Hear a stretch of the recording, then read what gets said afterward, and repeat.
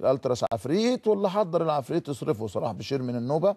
كابتشوبير الالتراس صناعه الاعلام، وسوف تثبت الايام ان بعض الاعلاميين يستحق الاعدام. محمد شحات سمره من منوف، اؤيد قائمه حسين لبيب في الانتخابات. وحيد فؤاد مدرب كره يد. يا ابو الكباتن لو سمحت رد عليا، ده احمد التكروني من اسنا الاقصر، ما بحبش اجيب سيره الاسم اللي انت قلته ما تزعلش مني. كابتن ابراهيم الريال، كابتن الريال هيلعب الساعه كام؟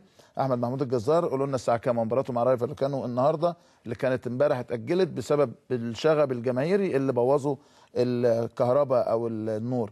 اقسم بالله يا شوبير انه الاعلام هو السبب في اللي بيحصل الان. شوبير والنظام السابق كان سايب لنا التركه دي بالشكل ده هاني الشيخ. واحد بيشتمني شتيمه فظيعه.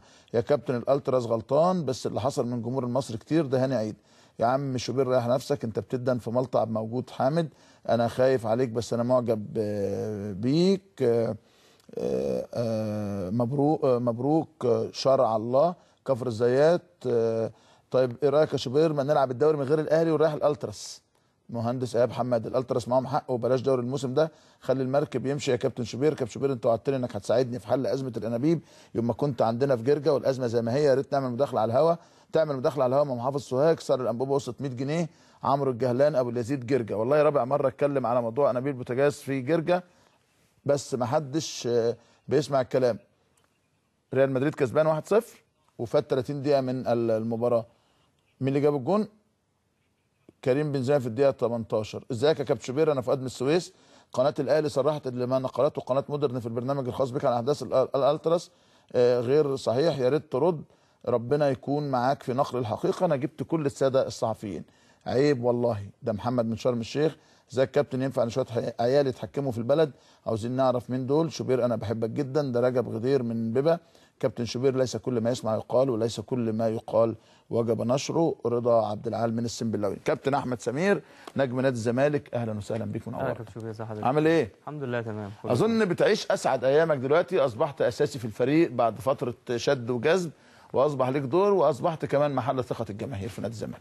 الحمد لله رب العالمين، والحمد لله ربنا موفقني من ساعه تولي كابتن حسن شحاته لاداره فريق نادي الزمالك، والحمد لله انا موجود في الملعب، وخدت ثقه مستر فيرا لما مسك بعد كابتن حسن، وبرده قبله كابتن اسماعيل. فالحمد لله الامور ماشيه الحمد لله. سعيد بالراجل المدرب الجديد؟ يعني كتير جدا من اللعيبه زملائك كنت بتكلم معاهم، اول كلمه بيقولوا راجل محترم مدرب جيد ولو خد وقت ممكن ينجح. انا سعيد جدا ان انا اتمرنت معاه بصراحه. كابتن راجل محترم جدا، راجل بيشتغل بضمير غير عادي، راجل مهيأ للعيبه، يعني اجواء كل حاجه تخلي اللعيبه ان شاء الله الفتره الجايه انها تنافس على اي بطوله تخش فيها. هو جاي وعارف كيان نادي الزمالك ده كيان كبير، وعلى طول كلامه معانا كابتن شوبير ان نادي الزمالك ده اسم كبير. يعني هو راجل بصراحه يعني من معاشرته لينا الفتره البسيطه دي بيلعب على كذا نقطه كابتن شوبير، دي مهم فيها ان اهمها ان هو خلى اللعيبه قريبين جدا من بعض. ده اهم نقطه بصراحه، اللعيبه قريبين من بعض قوي. اللعيبه دي يعني بصراحه يعني بيحبوا بعض جدا حاليا. واضح يبان في الملعب في الفتره القصيره اللي فاتت دي، ودي كانت حاجه مهمه جدا كانت ناقصه الفرقه بصراحه. هو بيركز في حاجات مهمه ممكن ما تكونش عند بعض ضروريه، لكن هي ضروريه. ذكي يعني عرف يحفظ اللعيبه بسرعه. ذكي جدا ذكي جدا، وهو بصراحه كسب تعاطف اللعيبه بسرعه جدا كابتن شوبير، واللعيبه كلها حبيته بصراحه. يعني وقفتوا جنبه ساعه الازمه الاخيره، ولو انه مش دوركم يعني، لكن حسيت انه كانت في رغبه داخل اللعيبه للابقاء على الراجل. بصراحه كان اللعيبه معظم اللعيبه يمكن لم يكن كلهم يعني بصراحه كانوا متمسكين جدا ان مستر فيرا يكمل مع اللعيبه. زي ما قلت لحضرتك هو خد تعاطف اللعيبه بسرعه جدا، فاللعيبه بالتالي وقفت جنبه في الفتره دي. لكن هو بصراحه يعني من الناس اللي تحب تتمرن معاها، يعني بيحببك في الكوره قوي قوي. هو وماركو بصراحه المساعد بتاعه طبعا مع الجهاز. مهمين مدربي الاحمال على فكره، بس هم قالوا لي مش مدرب احمال. يعني كابتن اسماعيل يوسف قال لي هو مدرب وايضا احمال. هو عنده فكر كبير جدا في الكوره كابتن شوبير، يعني بيفهم جامد يعني، واعتقد ان مستر فيرا بيثق فيه يعني. احمد عندك كتير، عندك حازم امام، عندك عمر جابر، دول اتنين تقال في خط الظهر في ناحيه اليمين. هل بتبقى قلقان منهم؟ هل ساعات بتقعد تحسبها هلعب مش هلعب، هم ممكن ياخدوا الفرصه ولا انا اللي اخد فرصه في مباراه النهارده، ولا الامور ثبتت خلاص معاك في الفتره الاخيره؟ لا هي مش ثابته يا كابتن شوبير. انا لو اتخذت قرار ان الموضوع بالنسبه لي خلاص انتهى ان انا موجود في الملعب على طول، لا بالتالي مش هكون ليا موجود في الدور في الفرقه. الحمد لله رب العالمين انا بتمرن بعقليه الحمد لله رب العالمين احترافيه كبيره جدا، بادي اللي عليا، طلب مني العب بلعب، ما طلبش ان انا اكون موجود ليا دور تاني. يمكن انا اقول لحضرتك ان انا اقرب واحد ليا في الفرقه، زمايلي كلهم قريبين مني. عمر جابر، يعني عمر من الناس القريبه جدا جدا جدا مني. على طول اتصال معاه، يعني يمكن لسه مكلمه من قبل ما اجي بحاجه بسيطه. فعمر من الناس القريبه جدا مني يعني. ففي المكان ده انا يعني بلغه الكوره كابتن ما بشيلش في ان حد يكون مثلا بس مكاني. كتير كنت بسمع لك تصريحات انه لو استمر الوضع ما بلعبش، همشي، هسيب النادي وبمشي. جالك فتره كنت مخنوق شويه. هو ده يا كابتن، ده طبيعي، ده طبيعي. ممكن يعني بتكلم عن نفسي، ده طبيعي. انا دي حاجه فيا انا، ان انا ما بحبش ان انا يكون لي دور في مكان، او ماليش دور في مكان لفتره طويله. يعني لو الامور بالنسبه لي انا حاسس، يعني هقول لحضرتك حاجه، انا مع كابتن حسن في اول ماتشات الكاس يمكن كلها ما لعبتش. بس حاسس من معامله كابتن حسن ليا ان انا دوري جاي. لما يعني طريقه كلامه معايا، لما تجي لك الفرصه امسك فيها. فالحمد لله ده اللي حصل مع كابتن حسن لغايه دلوقتي، الحمد لله رب العالمين انا موجود يعني. احمد، كانت ليك تجربه غير موفقه مع الزمالك، تجربه رائعه مع حرس الحدود، تجربه ممتازه مع ليرز. يعني قول لي سبب التباين في التجارب يعني. هو اولها كابتن شوبير، نادي الزمالك اول ما جيت الحمد لله رب العالمين اول سنه كنت موفق جدا وخدت الدوري مع الزمالك، وكنت بلعب بصفه اساسيه مع مستر فينجادا طول الوقت. الحمد لله انا موجود وانا بلعب. السنه اللي بعدها مستر فينجادا رحل عن الفريق. نادي الزمالك كيرفو بدأ يبقى في النازل، نتائج مش كويسه، مشاكل كتير جدا في مجلس الاداره. كانت غلطه ان فنجاده مشي. كانت غلطه كبيره طبعا، غلطه كبيره جدا, جدا يا كابتن. كابتن مستر فينجاد هو وقتنا هذا كابتن، كل ما يحصل مفاوضات مع اي مدرب يقول لك حاول نرجع فينجاد، حاول نرجع فينجاد. لا هو مدرب كبير جدا، والراجل خد دوري ونافس بطوله عربيه للنهائي، وخد بطوله عربيه اللي كانت الاولانيه اللي كانت في مصر هنا خدناها، واللي بره في لبنان دي خدنا ثالث. فالامور يعني راجل على طول مع رجله في البطولات، فانت ليه تمشيه يعني؟ فهي دي كانت الغلطه كانت شوبير، واعتقد ان دي من غلطات الناس الزمالك غلطها، غلطه كبيره. بعد كده جت في مشاكل كتير، كان مجلس اداره كان ساعتها الدكتور كمال والشيخ مرتضى منصور، مشاكل كتير زي ما حضرتك عارف. النادي نادي الزمالك ثاني سنه بعدها نهائي سادس يا كابتن، دي كارثه. مظبوط. فالامور بالنسبه لي ما كانتش مستقره. فقررت ان انا ارحل على الفريق في الفتره دي، وربنا وفقني ورحت حرس الحدود. يمكن دي من احسن فترات حياتي في الكوره مع كابتن حلمي طولان، طبعا بشكره، ومن بعده كابتن عشري. اديت موسمين ونص يا كابتن في حرس الحدود، يعني من اروع ما يكون في تاريخي، ان انا بعتز بيهم جدا. كنت مرتاح جدا، رغم ان انا رحت للنادي الاسماعيلي من نادي الزمالك، وقعدت مع المهندس صلاح ابو غني رحمه الله عليه، واتفقت كل حاجه. نعم. والفلوس اللي كنت اخدها في الاسماعيلي اكتر من اللي خدتها في حرس الحدود بكتير والله. بس قعدت مع كابتن حلمي ما اعرفش انا طلعت ماضي ازاي يعني. فالراجل بصراحه يعني اقنعني، وفعلا يعني كابتن حلمي رجعني زي ما بيقولوا، رجعني للحياه الكرويه تاني بسرعه يعني، الحمد لله يعني. بعد كده قعدت سنتين ونص في حرس الحدود، جالي عرض من ليرز في اخر 6 شهور كان عادي. كنت انا ساعتها مع منتخب مصر في معسكر قبل 2008 للسفر لغانا. وكابتن حسن شحاته قعد معايا، وقلت له يا كابتن انا جاي لي كذا كذا كذا، وفي في المعسكر مضيت في المعسكر.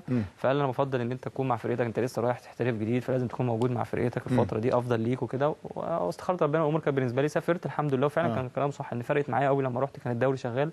فلعبت على طول، فاخدت ثقه برده. انت رايح على اجواء جديده كابتن، اول مره ان انا اسافر اوروبا، فلازم اكون يعني التاقلم بسرعه، ده يعني بيبقى توفيق من ربنا. فالحمد لله يعني انا وزمايلي المصريين كلهم اتاقلمنا بسرعه، الامور مشيت معايا بسرعه الحمد لله، قدرنا ان احنا نصعد بالفرقه. اسباب عودتك يعني كان ممكن تكمل، ولا كان خلاص الفرصه بالنسبه لك تلعب اساسي هناك كانت ضعيفه وبالتالي قررت العوده؟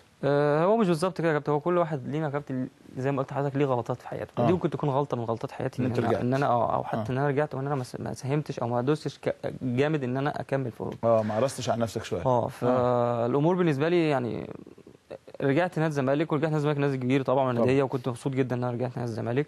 لكن زي ما بقول لحضرتك هي بتبقى هفوات كده بتحصل للواحد، بس الحمد لله يعني. معانا صديقك عمر جابر، نجم نادي الزمالك. مساء الخير يا عمر. النور يا كابتن. ايه اخبارك؟ تمام الحمد لله. طبعا كابتن احمد سمير. عامل ايه معاك سمير؟ حبيبي ده مش كويس يعني ولا؟ لا اخويا الكبير والله. عمر يعني انا مبسوط لانه هو اتكلم عليك بشكل هايل، وقال انه رغم انتوا بتلعبوا في مركز واحد لكنه علاقتكم طيبه، وان انت من اقرب الناس ليه. شايف انه العلاقات دي هتبدا ترجع نادي الزمالك من جديد الى شكله الجميل لو عادت روح الفريق، بالتالي هيعود لنادي الزمالك قوته ومن بعد انتصاراته؟ اكيد يا كابتن طبعا، زي ما كابتن احمد سمير زي ما حضرتك قلت. انا يعني ما يمكن اول ما كابتن احمد سمير جه اول سنه لي مع كابتن حسام كنت بلعب انا الفتره دي. كنت على طول بلاقي كابتن احمد سمير بيجي له وبينصحني على طول مثلا، والماتش شغال بين الشوط على طول بيكلمني. يعني ما كنتش بحس الصراحه اللي هو بيلعب في مكاني، بحس اللي هو خايف عليا ونفسي ابقى كويس. وزي ما حضرتك قلت يا كابتن شوبير، طبعا العلاقات دي لازم تكون كويسه بين اللاعبين. والحمد لله انا شايف اللي هي العلاقات دي ابتدت يعني ترجع واحده واحده. وانا شايف ان احنا ابتدينا نمشي على الطريق الصح يعني ان شاء الله. عمر شايف انه احمد سمير انا جبت له جوان كتير في الليرز ما شفناش ولا جول ليه هنا؟ انت جبت جوان هنا ما جبتش ولا جون هنا؟ جبت 2 جون لا واحد. كابتن احمد سمير جاب 3 جوان مع الزمالك. فين 3 جوان؟ فين دول؟ انت هتفضل تدافع عنه؟ لا والله ده جاب مع في الانتاج. وجاب في الدوري السنه دي فين يا كابتن احمد؟ مش فاكر. مقاولين واسماعيلي. مقاولين واسماعيلي، لكن اجوانه كان كتيره جدا في الليرز. تغيير المركز يعني شايف انه كان من الممكن انه يبقى في تعاون احسن ما بينكم في الملعب، هو باك رايت وانت لاعب وسط يمين او العكس، صحيح ده كان ممكن يفرق شويه مع النادي؟ السؤال ده ليه يا كابتن احمد سمير؟ ليك انت؟ يعني انا قبل كده بتحب تلعب، يعني بتحب تلعب هو قدامك او وراك او العكس؟ لعبناها يا كابتن، لعبناها في الدوري لما كان الدوري المصري اللي فات، لعبناها كذا ماتش الحمد لله اديناها بشكل كويس. وكنا عاملين جبهه كويسه الحمد لله. نعم. يعني الموسم اللي فات لعبنا اعتقد انا وكابتن احمد سمير 4 أو 5 ماتشات مع بعض. الحمد لله يعني كنا عاملين جبهه كويسه. منهم ماتش المقاولين يا كابتن. ماتش المقاولين.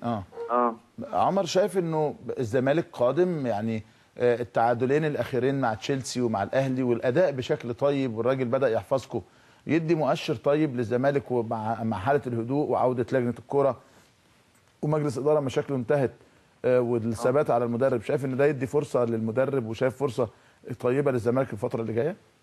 والله يا كابتن زي ما حضرتك قلت انا شايف الحمد لله ان احنا ابتدينا نمشي في الطريق الصح من اول ماتش حتى مازيمبي، مش من اول ماتش تشيلسي. من اول ماتش مازيمبي حتى خسرنا بس كنا عاملين اداء كويس. وماتش تشيلسي وماتش النادي الاهلي برضه عملنا اداء كويس. انا شايف ان احنا يعني الحمد لله ابتدينا نمشي صح وابتدت الفرقه تقف على رجليها زي الاول.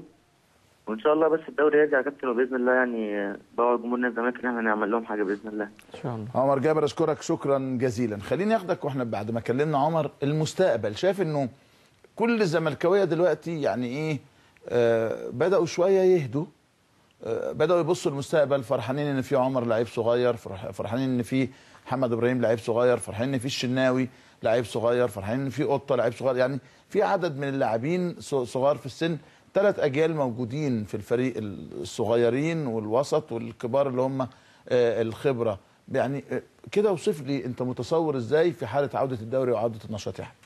هو زي ما حضرتك قلت يا كابتن يمكن اللعيبه الصغيره موجوده كتير جدا في فرقه نادي الزمالك، بس اعتقد ان هم لعيبه عندهم خبرات عاليه يعني. عمر عندهم خبرات من لعب المنتخبات كتير. احمد توفيق قطه زي ما حضرتك قلت، لعيبه في الصبر الرحيم. ما بيشوفش احمد توفيق ليه؟ موجود والله الراجل اول ما جه كويس قوي يا كابتن. الراجل اول ما جه يعني انا بصفه خاصه كلمني وقال لي لعيب كويس جدا وفايتر. اللاعب توفيق من النوع اللي اللعيبه كابتن عنده روح، بس هو محتاج ان هو فعلا ياخد ماتشات كتير شويه يتقل في الملعب. دوري. فهي دي مشكله كابتن، هي دي مشكله. فاعتقد ان الزمالك محتاج بس يا كابتن شوبير يعني ثقه. اللعيبه دي محتاجه ثقه ان شاء الله، استمراريه الدوري، بطوله واحده بس. اعتقد اللعيبه دي لو خدت بطوله واحده بس وعرفت يعني ايه طعم البطوله في نادي الزمالك هتفرق معاهم جامد جدا. والسنين قدام نادي الزمالك هياخد بطولات كتير قوي، لان اللعيبه فعلا يعني اعمار السنيه صغيره يعني لسه قدامهم 10 12 سنه في الكوره ولعبوا بدري قوي، فدي ميزه واديهم دفعه كبيره قدام يعني. احمد طالما جبنا سيره توقف النشاط، شايف انه الدنيا ماشيه ازاي؟ يعني في امل الدوري يرجع؟ هل يوم 17 ده الدوري هيرجع، ولا اللي حصل امبارح ده يرجعنا 10 خطوات للخلف مره ثانيه؟ شايف ان انتوا كنادي ظلمتوا؟ لو كان في دوري عام كانت ممكن نتيجته تكون احسن من كده في البطوله الافريقيه؟